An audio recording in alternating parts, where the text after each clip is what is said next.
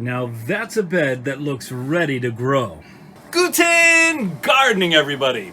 Well, in this video, we're gonna focus on our indoor raised bed, and we're gonna talk about how we build it, how we've had to modify it over the last couple years, and then how we're gonna rejuvenate the mix that's in here so that it's ready for the vegetables we wanna plant this season. Now, also in this video, we're gonna be announcing the second winner for our 31 days of Guten gardening gift giving. So pay close attention for that. All right, let's get started and take a look at this bed. All right, first let's talk about the construction of this indoor raised bed. The exterior of this bed is made from 6-foot dog-eared, untreated cedar fence posts. And one of the things that makes these so nice is the cost at the time when we bought them was just under $3 per post. And so we're able to, because this is a 3x3 bed, get 2 pieces for each side from a single picket. So we're able to use the entirety of the picket. That's a really important thing, especially as the cost of wood has gone crazy the last couple of years. Now, I understand completely, I've researched this, that you can use treated lumber in your raised beds now. Apparently a lot of what they used to use for treating lumber is no longer used, and so it's not necessarily a problem for putting next to plants that you intend to eat. That being said, I'd still rather go with untreated wood. Now the fact that we're using untreated wood, and granted treated wood would also decompose over time, it's not going to last forever, but that means that we really need to be protective of this if we want some real longevity for this bed. And we did a full video where we talked about the making of this bed, so I'm not going to spend too much time on the detail, but what I will say is that this 20 mil food safe plastic, it's a pond liner, is a lifesaver for this bed. Now, we spent a pretty good amount of time making sure that the plastic we bought was food safe, but we went with that 20 mil because we wanted to make sure that it wasn't going to rip or tear. This stuff is thick and it's really long lasting. I can kind of show you it here, the thickness on the edge.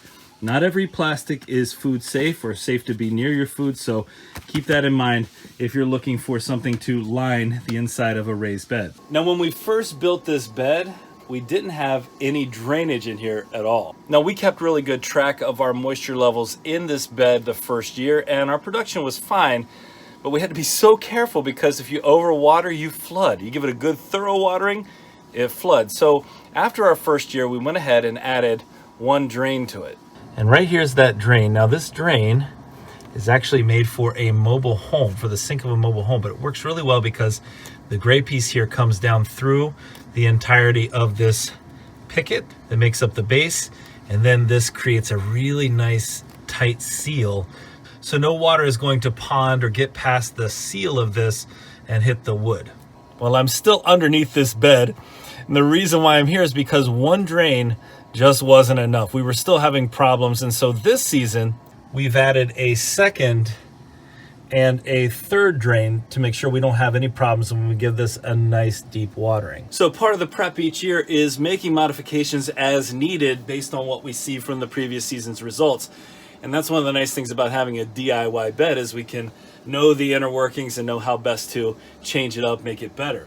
Well, now what we really need to do, because we've made the modifications we're gonna make, this bed is ready to go, except the mix inside really needs to be rejuvenated. We gotta bring this thing back to life. We had potatoes in here. We had a lot of heavy feeders in here last season. But besides that, it's been sitting empty for months. Now, when you want a really healthy, fertile growing medium, you need tons of microorganisms. There's so much that goes on in these mixes, regardless of if you can see it. And when this sits empty like this for months at a time with no additional organic matter being added, we can suffer from some soil life loss. And so we're going to take kind of a multi-tiered approach to rejuvenating this bed. And one of the key helpers in rejuvenating this bed is inside this bag. And what's in here comes from one of 3 of our vermiculture setups. Now, for those of you who have never worked with worms before, it's a really simple process with tons of great benefits, and I'll talk about that in a second. But take a look at this. This is the bottom tier. This is the result. You can see it's kind of wet here, even though there's actually no leachate underneath. But this is the result of the work that our worms have been doing. This is black gold. This is worm castings. Now, this is what we get from our worms Now, our worm castings aren't usually this wet, but I'm noticing that this system, which is a store-bought system that somebody gave to us, tends to keep them a little bit damper for some reason. But one of the things I love about these, this is great organic material to add to our garden space. And on top of that, there are a ton of microorganisms in here. This stuff, if you have bad soil, can really help the tilth of your soil. And one of the beautiful things about having a vermiculture setup, and this is our top tier. Now, we usually chop up our fruits or whatever it is, our waste that we're putting in here, but I didn't for this one. But take a look at this. They find the food and they go to town. Look at all those worms in there. Isn't that amazing? And when I say black gold, here's the color of black gold right there. Look at that. Look at all those castings. Isn't that absolutely amazing? They're transforming, they're composting. Look at these worms in here. They are composting this, what would be garden waste, and transforming it into pound after pound of this amazing worm castings. Have you tried buying worm castings at the store? Let us know in the comments. That stuff is expensive. But here, I mean, we have a DIY setup that does a fantastic job. We've been using it for over 2 years now from the same 1,000 worms that we bought at the beginning. I tell you what, they eat our food waste. They take care of so much that we would just throw into a traditional compost or throw out. And really, the end result here is just a benefit for us. Now, one of the things that we can do with this vermiculture setup here is, because these worms really reproduce quickly, and I mean quickly. I think I added maybe 50, maybe 100 worms in here.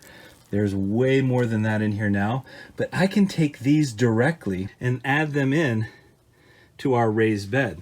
So they're going to continue the process of creating those castings. And the castings that they're creating are going to help our plants be able to absorb the nutrients in this mix even better. So one way the worms help us is we can put them directly in the bed. By the way, I said that these worms reproduce quickly. Check this out. That little black thing right there, it's one of their cocoons. And these worms can lay a lot of cocoons.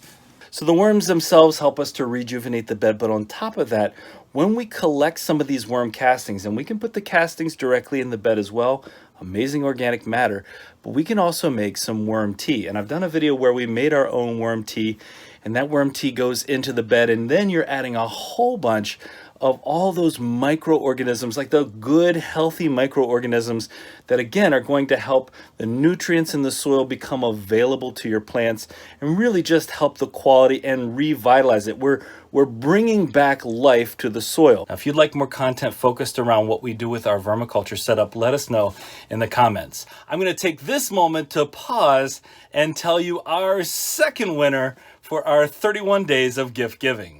All right, folks, we are now at over 70 individuals who are entered into our giveaway, because so many of you commented on the second video where we gave away our first prize, which was that seeding template. That is such an awesome prize. And today we have another great prize that we're going to be giving away to one of you on this list. And that prize is this VivaSun seedling heat mat and digital thermostat combo. So if you're looking to start some seeds, this is an awesome gift. So winner number 2, this one is going to be coming your way.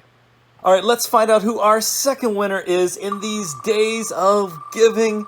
I'm super excited to give this one out. Let's see, our winner is Elaine Lucier. Congratulations, Elaine. Thank you so much for commenting and for being a part of our community.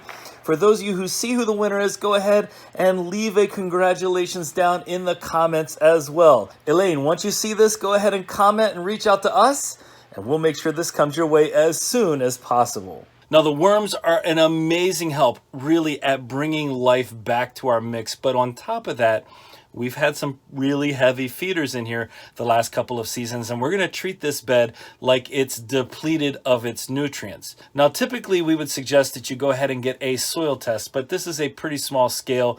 So we're going to just deal with this the way we typically do when we're trying to take care of an area that's really been depleted of its nutrients. So the NPK, the nitrogen, phosphorus, and potassium levels that we're going to add are going to be based on what we've had success with in the past. Now, all all of the fertilizers and other kinds of supplements that we add to our soil are organic. And so we have kind of a cocktail of fertilizers that we like to add that we've had success with growing in the past. This past season, we started using Garden Tone. And Garden Tone's a pretty balanced all-purpose organic fertilizer. It's a 3-4-4. So the percent of nitrogen by weight that you get in here is 3%, 4% phosphorus, and 4% potassium. So that's a really nice balanced fertilizer. But that's not the only thing that we add to our soil mix. We like to focus in on the NPK individually as well. Now we add blood meal for nitrogen. You can see this is a 12-0-0, but this is actually the last thing that we add, typically depending on what it is we're trying to grow. So if we have a whole bunch of greens that we want to grow, then we'll add more of our blood meal. But if we're adding something that's more of a root crop, we don't want too much nitrogen in here because then we'll just grow leaves. We add bone meal for our phosphorus, and this bone meal is a 2-14-0, so it doesn't have a ton of nitrogen in it, but it's great for phosphorus. We prefer one that's lower nitrogen. And for our potassium, we use langbionite. You can see it's a 0-0-22, so 22% by weight for potassium. Again, all of this natural and organic. We like to add some mycorrhizal inoculant to help with, again, the absorption of nutrients and the development of roots. And azomite. Now, this is not the original container because we actually buy our azomite in bulk, but this contains over 70 trace minerals. This stuff is really great for adding back any nutrients that might be gone from the soil in terms of those minerals. Now, I know the exterior of this bed is 36 inches, but the interior of the bed is a little bit smaller, coming in at about 32 inches across. And since it's square, that means that we have just about 7 square feet, maybe a little bit under 7 square feet of bed space. Now, since our Garden Tone, our all-purpose fertilizer, is one of the most important parts of what we're putting in the bed, I'm going to show you how we measure this out so you can get a good idea here for yourself. Now, this one says that you want about 9 cups of Garden Tone per 50 square feet. So, since we have about 7 square feet of bed space, that's about 1/8. Now, granted, it's not exact, but it's close. About 1/8 of the amount that we would need, which means we need about 1 1/8 cups of this added to our bed. So I've got our 1/3 of a cup right here. This is what the Garden Tone looks like. And I'm just going to spread this out. Now, it's indoors, so you don't want to be flashy with this or else you'll get that dust everywhere. And that's not something you want to do. You want to make sure you're getting as little of this up in the air as possible. And just like that, I've added in our all-purpose. I've also added in our bone meal, and now I have to do this for the rest of our fertilizers and nutrients. All right, I've got everything on here, all of our nutrients, all of our micronutrients on here. The only thing I haven't done yet is to go ahead and get our compost tea, our worm compost tea, but that's going to take a while to make, about 24 hours. But I want to turn this under nicely, get it down in here, and that's what the bed looks like when everything is mixed in nicely and we're ready to plant. Well, congratulations again to our second giveaway winner. Well done. Thank you so much for being a part of our community. Thank you all for being a part of our community. We hope you enjoyed this video today. If you've never considered growing in a raised bed or even how you replenish soil when you're getting ready to grow, we hope this video was helpful to you. If you did enjoy today's video, don't forget to give us a like, leave us a comment, remember to share and subscribe, and most importantly, remember, when you're with us, you are good to grow.